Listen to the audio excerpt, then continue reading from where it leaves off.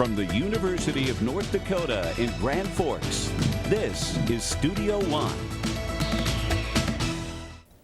Hi everybody, and welcome to Studio One. I'm Tasha Olson. And I'm Biernat. Today on the show, Rubiks Cubes have been around for more than 40 years, yet there are still a lot of people that haven't been able to complete the puzzle. We'll meet a man who has done a little more than successfully solve the cube. Also, after being kidnapped and assaulted for a grueling 9 months, one Utah woman made her way back home. Now she travels the country telling her story. But first, former NFL star Aaron Hernandez is behind bars after being sentenced to life in prison without parole. Hernandez was found guilty of the 2013 execution-style murder of Odin Lloyd, who was shot 6 times. In its closing argument, the defense team admitted that Hernandez was present at the crime scene and saw Lloyd killed, but did not shoot him. Hernandez owned surveillance cameras show him holding what prosecutors say is the murder weapon, but the .45 caliber Glock has not been found. The World Health Organization has found that New Delhi, India has the dirtiest air in the world. This is mostly due to old vehicles, coal power stations, and industrial emissions. The amount of harmful particles in the air is drastically high, and breathing them can lead to chronic health problems. The WHO measures particles in the air based on a micrometer scale. New Delhi measures at 153, Beijing at 56, and New York City at 14. The WHO's safety threshold for humans is only 10, meaning air pollution has a dangerously high levels worldwide. Children who are told they are special may believe they are better than everyone else. A new study conducted at Ohio State University found narcissism is directly correlated with praise. The study says kids who are overvalued and given special treatment often develop narcissistic tendencies. Some professionals urge parents to rethink the ways they reward their children. Keep it honest, don't exaggerate it. So sometimes we're tempted to say, "You did awesome," but in reality, keeping it at the level of what they actually did is better for them in the long run. Experts say the foundation of a child's attitude is rooted between 7 and 12 years old. High levels of narcissism are linked to more aggression and violence in teenagers and young adults. Just one more bite. It's a phrase we often allow ourselves to use when it comes to food. For those trying to curb eating habits, sneaking extras is bound to happen. A group of UCLA engineers are working on a method of accountability over what we devour. It's called the Where Sends necklace. It studies what you eat by reading your body's vibrations. With the information collected, the necklace can send an alert to you when you miss a meal or when you are taking in more than you should have bitten off. The scientists seek to help people leave all the extras in the to-go box. When handing a panhandler $5 at the mall, the last thing a mother would expect is that the man would fall in love with her young daughter. After leaving a window open overnight, one family's world was turned upside down.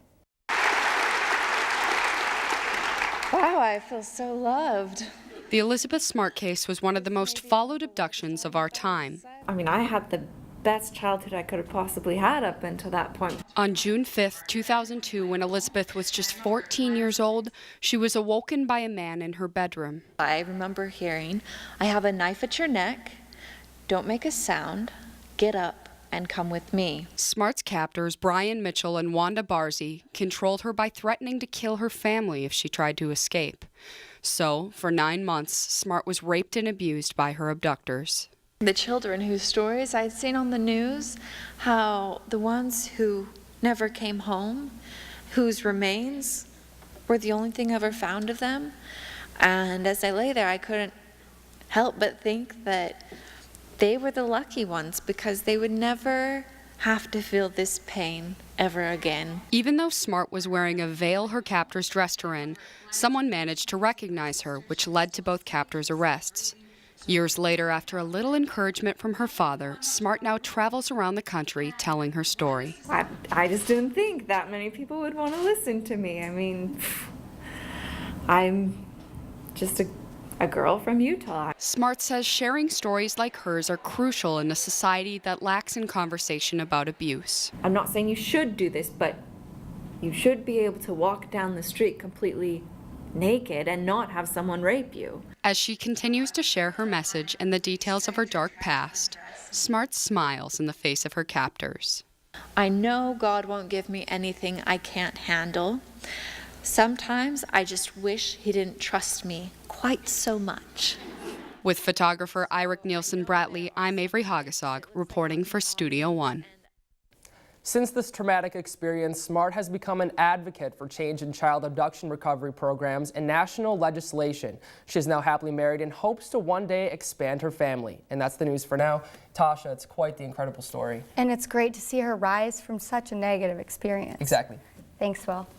Let's go now to Morgan Murphy for the weather news. Morgan? Thanks, Tasha. Well, it's official. You can put those jackets away. The massive amounts of snow are probably gone for the year, but massive amounts of rain have come in its place.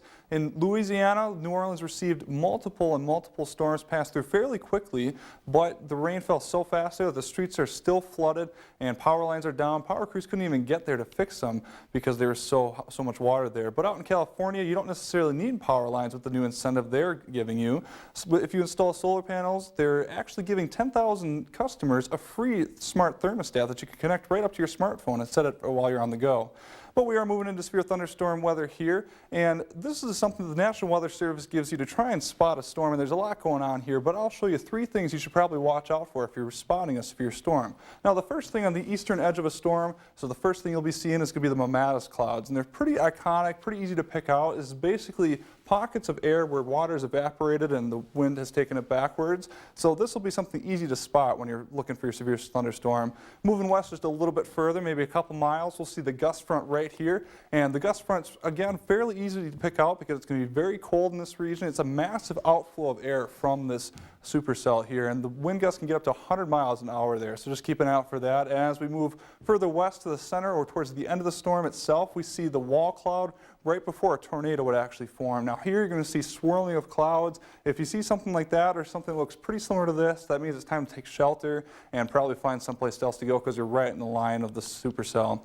So just keep in mind these three things when you're looking for a severe thunderstorm, and you should be fine. But they do bring something other than just rain, hail, and tornadoes. They bring something a little bit more peaceful also. Perhaps the most underappreciated givers in our natural world, trees take a beating in the winter. In climates with variable spring weather, some trees can be in danger. You know, it's not necessarily the 30 degrees, it's more the wind. And what it does is it can burn off the buds. Doesn't kill the tree typically, but it delays their rebudding and their leaf formation. However, there are other non-weather factors that can also hinder spring budding. People aren't the only ones that enjoy seeing this new growth in the spring. Rabbits and squirrels love snacking on these juicy little buds when the weather gets nice. The fuzzy buds that emerge when it gets warmer in April and May quickly turn to leaves and other growth as summer approaches. Different species, but at different paces and times of the season. I've seen trees that actually seem like they get leaves overnight. Other times it can take weeks. It just all depends on the temperature and how it stays consistent. Although spring weather can be very back and forth, the buds are here and hopefully here to stay. With photographer Megan Hoffman, I'm Erin Lurie reporting for Studio One.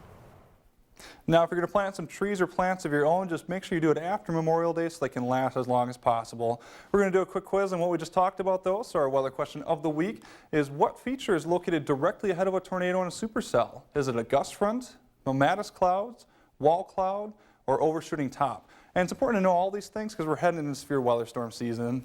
All right, thanks, Morgan. Let's head now to the sports story of the week. Will? All right, thanks, Tasha. Certain sports can help bring people together. We met a family that competes year-round in a lifetime hobby. The sound of arrows hitting the target can be heard here all day long. For Hatley Hedelved, this is just a typical weekend. It's kind of fun getting all these awards and doing your best. And to me, these little shoots like this, it feels like practice. That's right. To 8-year-old Hatley, the North Dakota State Archery Tournament is simply practice. This weekend in January, it was the Iowa Pro-Am, and then from there we went to the Montana Open. Shot the National Indoor in Vegas. Hatley's mother says archery is a unique sport. It's a very humbling sport. You know, yes, you're competitive and you're competing against other people, but you first compete against yourself. Hatley may only be 8 years old, but she's already a better shot than most of the boys. Well, it's kind of nerve-wracking, kind of not, because most of the boys I go against I probably beat because I pound it.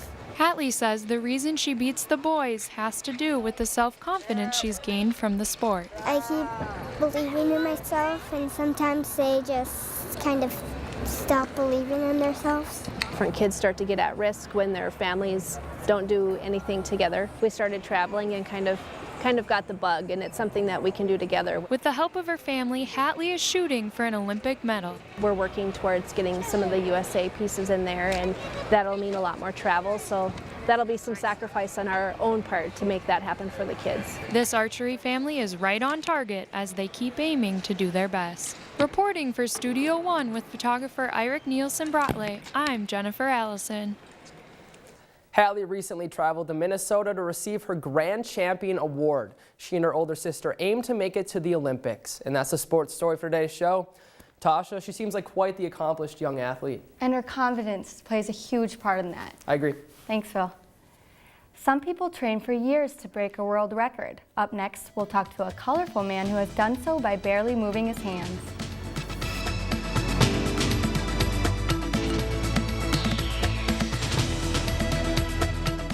Closed captioning for Studio One is underwritten in part by NDAD, helping others to help themselves. To have the future you want and a career you'll be proud of, you'll need a great education. The University of North Dakota can get you there with more than 225 degree programs, preparing you for today's fastest growing, high demand careers, like medicine and health professions, aerospace, business, engineering, and energy. Schedule your campus visit today at und.edu/go, because to succeed, you need to be exceptional. Yeah, okay, science meets imagination. Life changed by innovation. Through the future of our nation. Engineers the occupation. UND College of Engineering and Mines. Invest in your mind to stay with the times. Formulas, machines, and all that's in between. They teach it all from wall to wall to help you succeed. Come on, it could be electrical, chemical, or civil. Our world-class staff will help you make it all official. Mechanical, petroleum, geology align at the UND's College of Engineering and Mines. Okay, become a leader, prove yourself among all your peers. Changing the world begins right here. You're not alone, but in the plan, we'll take your hand and help you stand with mentorship and advising. We'll do all we can. Okay, so if you want to join the party, simply calculate. The math adds up, so never think to hesitate. Education, leadership, and dreams combine at the UND College of Engineering and Mines.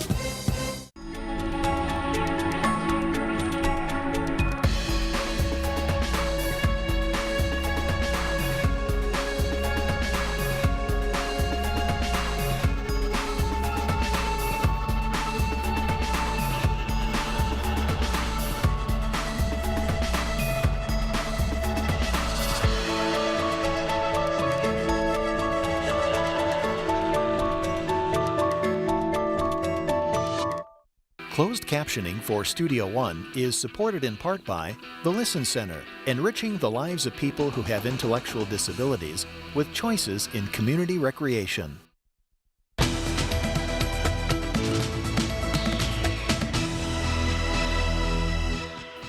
1 out of 7 people will attempt to solve a Rubik's Cube in their lifetime. An even smaller portion will actually succeed.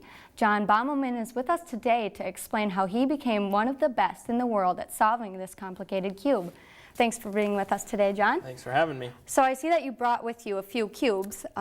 First of all, you can feel free to try and solve one while we chat, but in the meanwhile, can you tell me how you first began interested in this hobby? Yeah. I was sitting at home one day, and my friend who was interested in them before me called me, and he was like, "Dude," and I was like, "Dude," and So I went over to his house, and at the time we were trying to make YouTube videos on how to talk to cats, but that really didn't succeed as well as I would think. And as I was going over there, we were at I was at a stoplight, and I noticed his Rubik's Cube was sitting in the cup holder of my truck, and a thought just kind of popped into mine and said, I want to solve that. So how did you figure out you were noticeably better than average at solving this cube? When I couldn't when I didn't need a piece of paper telling me what moves to do, and I could just really do it with muscle memory, that's kind of when I knew I wanted to do something different and harder with it. So what's your favorite part about succeeding in solving this cube? I like the feeling of when I can do that last turn, see it solved, and I can set it down and either walk away or do it again or make a cool pattern on it or something. So you have 2 world records. What are they? The first one was fewest moves of 19, and then the second one was fewest moves while blindfolded. To get those, it was a couple of months of memorizing exactly how to mix the cube up the same way each time and putting it back together the same way each time. And once I had that muscle memory, I just decided, well, I closed my eyes, failed a couple times, and then I started succeeding, and I figured I would put a blindfold on. So what went through your mind when you found out you were a world record holder? I wanted to do this big 5x5 next. The odd ones are a lot easier than the even ones. I think I've broken a couple, the wall has broken a couple of the even numbered cubes just because they're so difficult for me. So I know you can solve a 2x2 all the way up to a 7x7. What's next for you to solve? I think there's 64 or 80 something cubes. I really want to solve the next one that's out is an 8x8, so that's going to be 8. There's going to be 64 pieces on each face. So you mentioned a little bit of how you prepared for this competition. Is there anything else that other people do to try to succeed in this? A lot of them, the first step you could do actually is to just pick up a cube, mix it up. It'll eventually get back. Don't peel the stickers off. It'll eventually get back to its original form, but just start messing with it before you decide, I want to do it. Okay. What cube do you enjoy the most solving? I probably like the 7x7 just because it's a lot more difficult, it's a lot harder to do, and the satisfaction of doing it and succeeding at it is a lot greater than this. So if that's the hardest one, what's the easiest one? The 3x3. It's by far the easiest. Has the right amount. It's kind of like I think it's the Bearstein Bears where it's like this one's too hot, this one's too cold. Well, this one has too many pieces, and this one just right. Yeah. What's your least favorite to solve? 2x2. Why? It's so you only have these 4 little pieces to work with. So if you want to move something here, this has to move here. You can't move anything out of the way. You just have to work with what you have, really. All right. So what do you have for people like me that have no idea how to solve a Rubik's Cube? Do you have any secret tricks? Sorry. Like I said, really just kind of pick it up one day and start messing with it. Go onto YouTube. There's a lot of helpful videos on there. Or when you go to wherever to buy one, there's usually a book or a pamphlet in there on what to do. So what about some tricks for people that know how to solve it but want to take the next step and get a world record like you do? I would have to say just keep going, mix it up, and remember exactly how you mix it up, and solve it again. Great. Okay, well, thanks for being on the show with us today, Thanks for John. having me. For some people, wearing a helmet can be a fashion faux pas. Coming up, we'll meet a man who spruces them up to make them pop with personality.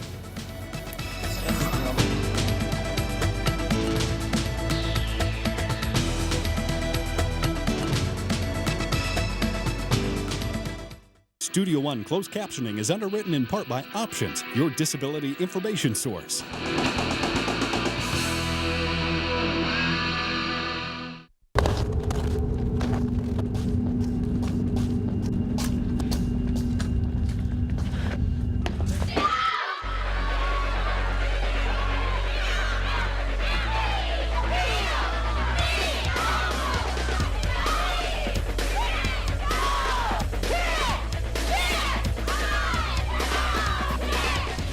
It's not the size of the woman in the fight. It's the size of the fight in the woman. To have the future you want and a career you'll be proud of, you'll need a great education. The University of North Dakota can get you there with more than 225 degree programs, preparing you for today's fastest growing, high demand careers, like medicine and health professions, aerospace, business, engineering, and energy. Schedule your campus visit today at und.edu/go, because to succeed, you need to be exceptional. North Dakota is facing challenges in healthcare delivery. The University of North Dakota School of Medicine and Health Sciences is building a place to help meet the state's healthcare needs. In addition to a new structure, we're also building interaction between healthcare professionals while building a workforce through expanding class sizes. We're inspiring our youth to engage in healthcare careers and exploring ways to reduce disease. It starts here and ends here, building a better future for North Dakota.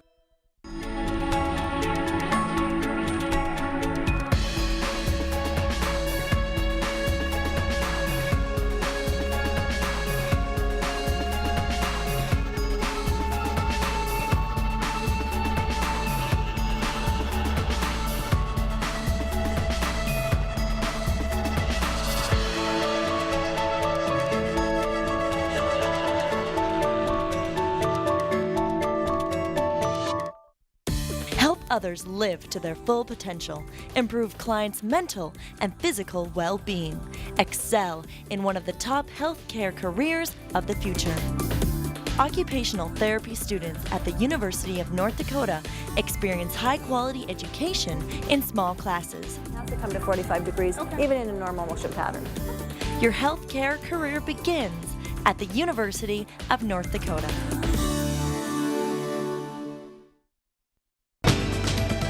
If you would like to attend a live show, go to our website at studio1.und.edu. Just when America's favorite mall cop thinks he's getting a well-deserved break, duty calls and he snaps back into action. Kevin James is back in his role as Paul Blart in Mall Cop 2. Paul gets a free trip to Las Vegas with his daughter to be recognized for all of his hard work to keep shoppers safe. There, he encounters a criminal threat to his hotel, and Blart is ready to fight crime again. He is the Rocky for security guards. That's what he is. You know, I really believe that. I believe he's a hero, and we all need a hero. Mall Cop 2 was the first movie to be filmed in the Wynn Las Vegas and Encore Resort. The hotel was recently named one of the top 100 in the world by Condé Nast Traveler. Mall Cop 2 is released in theaters on April 17th with a PG rating. From healthcare to the economy, every nation has problems it has to face every day. Recent Gallup poll shows Americans name the government as the #1 problem in the United States. That was followed closely by the economy and unemployment. We wanted your thoughts on the biggest problem facing the U.S. I think the #1 is the healthcare. I'd have to say the government. I feel one of the biggest problems we have right now is communication between different groups. I think the money has too much place in that country, and everything is connected with the results about money. I would say the healthcare system. Unemployment is probably one of the biggest problems. I think the biggest problem the United States has right now is your education system. Minimum wage pay, from what I understand, across the board, it's not. It doesn't have an equalized, equitable standard. I think there's too much emphasis on personal wealth, which leads to a lot of other societal problems. So everybody's just concerned with themselves and how wealthy they become. A comment on Facebook from Gabriel in Charleston, West Virginia says, government corruption stemming primarily from the Citizens United and the McCutcheon Supreme Court rulings. Cassie from Ham Lake, Minnesota says government is too big and full of career politicians. Art is one of the hardest professions to get recognized in. There are many reasons behind people's artistic passions, but one man paints with a purpose. This paint is pretty much universal. Mike Hugstra's been interested in art for as long as he can remember. I've been drawing since I could hold a crayon, basically. Mike custom paints just about anything he can get his hands on, from video game controllers to guitars. But he recently discovered a new challenge. There was a Facebook story going around about an artist on the East Coast. and she was doing this head-shaping helmet painting so that, you know, they would look cooler. Mike saw this as an opportunity to embrace his love for art and give back to those who need it. Got a natural, you know, God-given talent to do something with, and 15 years I didn't do anything with it, and decided it's time to make use of it and do something good. Since then, Mike has painted about 10 helmets, with designs ranging from Finding Nemo to Tonka Chuck and Friends. Even though most of these projects are for random families, one hits closer to home. Since we have a good sense of humor about it, we wanted the under construction part in the back, so we got that, and Big Brother Max there with the jackhammer. Mike's niece, JC, has torticollis, which is also referred to as twisted neck. If not corrected with a helmet, can lead to the child's head being entirely distorted. Mike's artwork has made this uncool accessory into an item of envy. When we took her to daycare the first day with it, one of the little boys, I want a helmet. JC's mom has a simple philosophy. You fix your kids' teeth if they need braces, so you know, why wouldn't you fix your kids' heads? So even though Mike is making a difference with every helmet he paints, he remains a humble hero. I make do with what I have and love every minute of it. I'm Brady Kappas, reporting for Studio One. Studies show that 1 in 10 infants now need a forming helmet. If you'd like to contact Mike or view his artwork, you can visit his website at spikedAirstudio.com. Thanks, Phil. Now Morgan joins us in our studio with a final look at the weather. Morgan? Thanks, Tasha. Yeah, taking a look at the weather for this week, we're looking at below average temperatures in pretty much the whole United States, except for the West Coast. They're going to stay pretty warm this week, actually, which is pretty nice for them. Moving over to our precipitation for this week, we see that the southern part of California might actually get a break from that drought they've been experiencing. Might get a little bit of rain on those wildfires down there, while the Midwest going to be looking pretty dry, and the wildfires there might continue on until next week. That brings us back to our thunderstorm weather question of the week. What feature is located directly ahead of a tornado in a supercell? And the answer is actually wall cloud. And you're going to see a lot of swirling motion in the clouds. If you see one of these, you probably want to get out of the way. Okay, so there's that quote saying the calm before the storm. What's that mean? Yeah, actually that's going to be if you're away from the storm, you might notice that. But if you're right in the line of it, you're probably going to be seeing winds up to 60 to 80 miles an hour the entire time. All right, thanks, Morgan. And that's our show for today. As always, you can follow us through social media or get more information on our website. From all of us at Studio One, have a great week. See you next time.